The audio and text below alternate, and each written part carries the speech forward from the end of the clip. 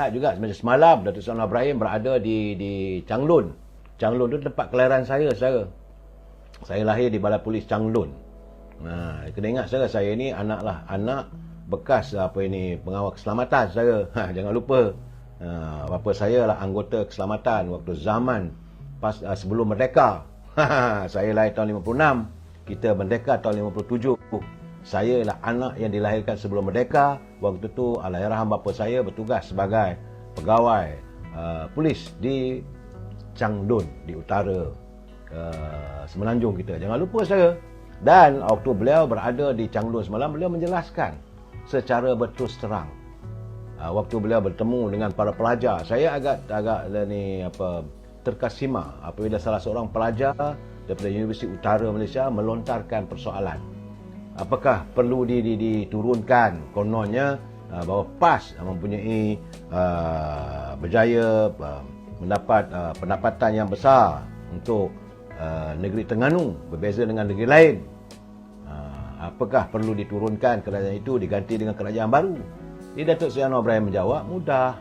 Dia kata Terengganu tu yang menjadikan dia KDNK-nya tinggi adalah hasil daripada Petronas. Petronas itu duduk di bawah jawatan Perdana Menteri. Jadi bukanlah Perdana Menteri besar yang ada sekarang yang menjaga Terengganu itu untuk jadi kaya raya. Begitu juga macam di Kedah. KDNK, pendapatan kasar bagi negeri Kedah, memang nampaknya adalah puluhan bilion ringgit. Tetapi ia berlaku di Kulim. Kulim itu datangnya daripada pelabur-pelabur yang diusahakan oleh kerajaan pusat.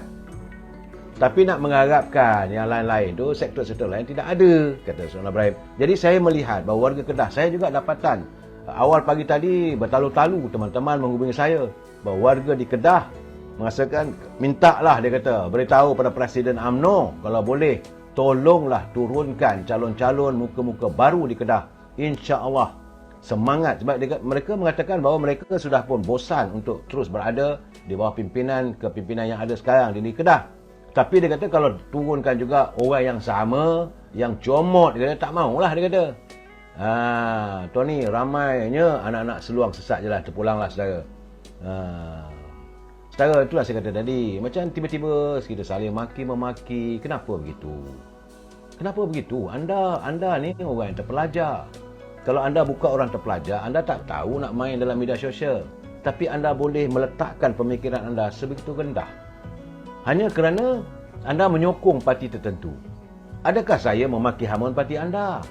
Jadi tolonglah jangan maki parti saya. Tolonglah jangan maki pimpinan saya.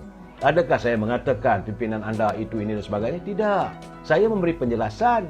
Dapatan saya, warga Kedah telefon dengan saya. Saya ceritakan mereka mahu melihat ada perubahan.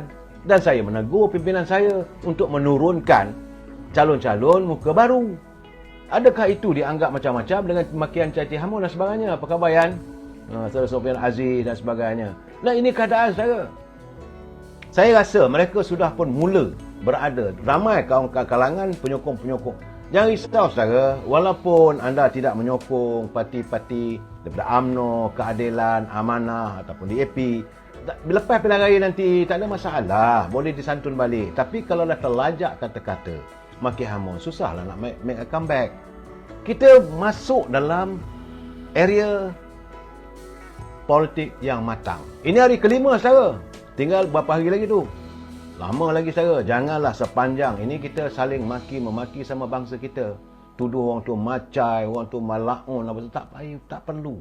Saya lebih senang kita menyantuni, tolong nyatakan di mana perlunya anda menyokong orang itu apa? 1, 2, 3, 4. Tapi janganlah masukkan unsur-unsur yang boleh masuk neraka, orang ni masuk syurga. Tak payah, saudara.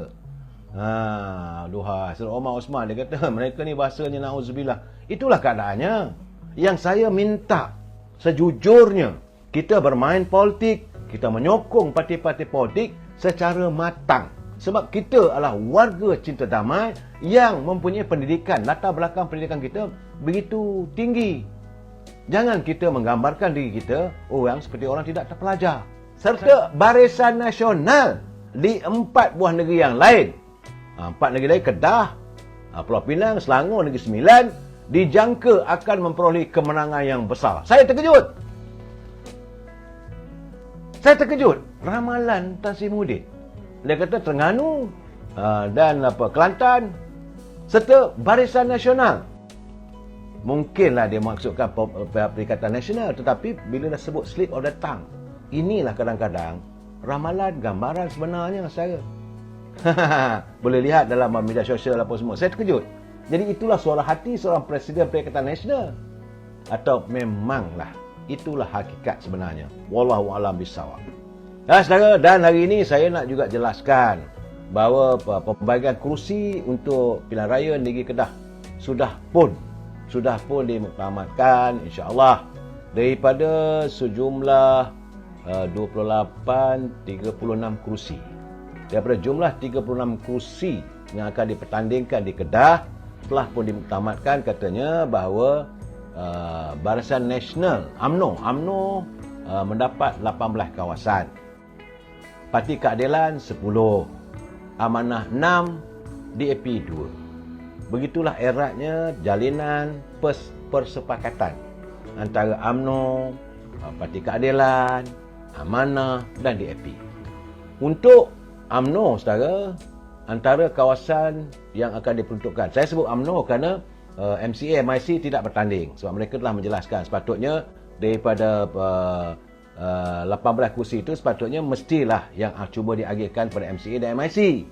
Tapi bila mereka menyatakan mereka tidak bertanding, maka 18 kursi itu akan ditandingi oleh calon-calon dari UMNO.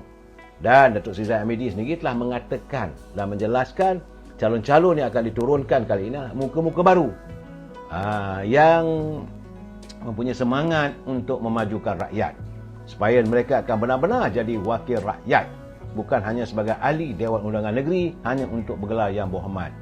Itu saudara, kata yang saya dapatan saya untuk UMNO yang akan bertanding, satu itu air hangat di Langkawi, kemudian air hitam Bukit Kayu Hitam, Jitra, Kuala Nerang, yang keenam di Pedu, 7 Bukit Lada, 8 Anak Bukit, 9 Sungai Tiang, 10 Gua Cempedak, 11 kawasan Berlantik, 12 Jeneri, 13 Tanjung Dawai, 14 Pantai Merdeka, 15 Kuala Ketil, 16 Merbau Pulas, 17 Bayu dan yang ke-18 Bandar Baharu.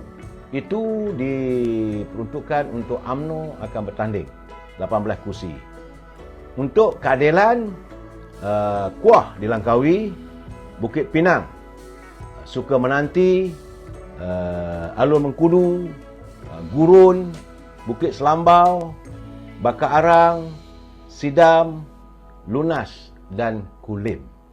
Itu sejumlah 10 kursi yang akan ditandingi oleh calon-calon yang diturunkan oleh Parti Keadilan. Amanah bertanding sejumlah 6 kursi, iaitu di Kota Seputih, di Kubang Rotan, di Pengkalan Kundur, di Tokai, Sungai Limau dan Kupang. Dan di AP kekal bertanding di Derga dan di Kota Darul Aman. Saya kena ingat, saudara, dalam pilihan raya yang dulu, bukan pilihan raya yang baru ni, saudara, pilihan raya dulu ini sebab kita bercakap soal Dewan Undangan Negeri, PAS cuma dapat 15 kursi saya, saudara. Dan apakah mereka mampu mempertahankan 15 kursi itu? Wallahu a'lam bishawab. Dengan keadaan sekarang ni, dengan kerjasama 3 parti yang terbesar ini sekarang ni, antara UMNO, Perikatan Keadilan dan juga Amanah, saya rasa para pengundi yang berkumpul jadi satu tumbukan yang besar, saya berkeyakinan bahawa besar kemungkinan Kedah dapat ditawan oleh Kerajaan Perpaduan. Saya lihat juga semalam Datuk Seri Anwar Ibrahim berada di Changlun.